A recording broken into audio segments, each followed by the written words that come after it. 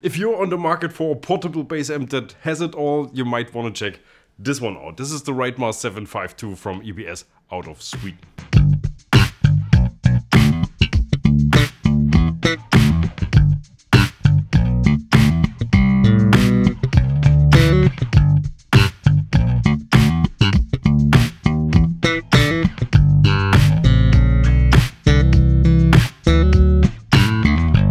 Hi everyone, Gregor here, and today with my buddy René Flexenhaar on bass. This is the new Raidmar 752 amp sitting on the Neoline 212 cabinet from EBS. A cabinet that sounds way too good for the little weight it has, but this is something that needs to be investigated at another time, because today is all about the amp. The 752 comes with an analog preamp combined with a digital power section, rated for 750 watts at 2 ohms.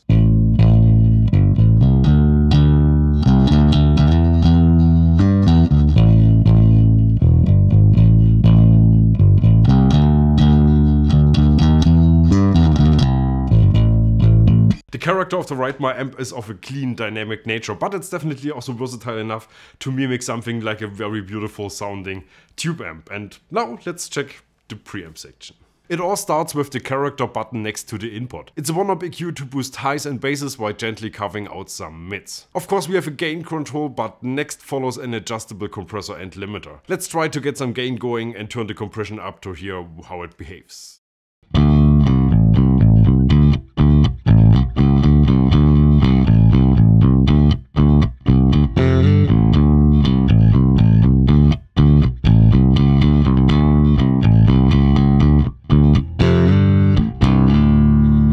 Even without the compressor engaged, there is still a little bit of compression going on.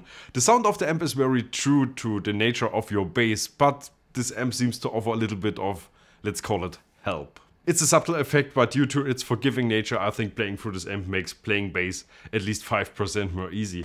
And it brings you a bit up front in the mix, which always works for me. Here's an example where you can hear this a little bit, and the onboard compressor is off for this one.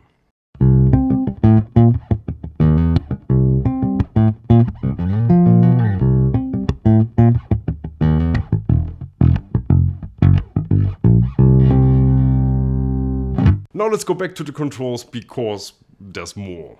Behind the compressor section sits a 4-band EQ with sweepable mids. It's extremely versatile, and I love that you can disengage the EQ entirely by pushing the filter active button. Sometimes you just sound right and don't need any EQ. In these cases I prefer to actually don't use any, so this here is perfect. Now comes the cool part of the amp, the drive section. This is not a heavy metal distortion, it's rather a dirt saturation and fun generator that becomes especially useful if you want to simulate an old school oversaturated vintage amp. This also pairs beautifully with the character switch.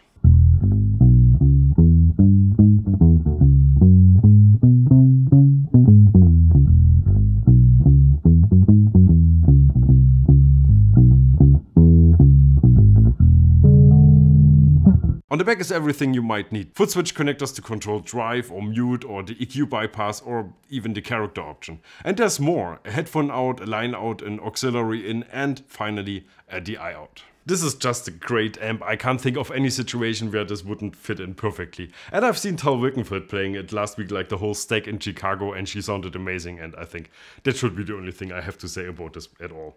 So yeah, great amp, check it out, links in the video description as always. And yeah, of course, thanks for watching, thanks for subscribing, thanks for clicking like, which you will probably do now, and see you next time again. Bye bye.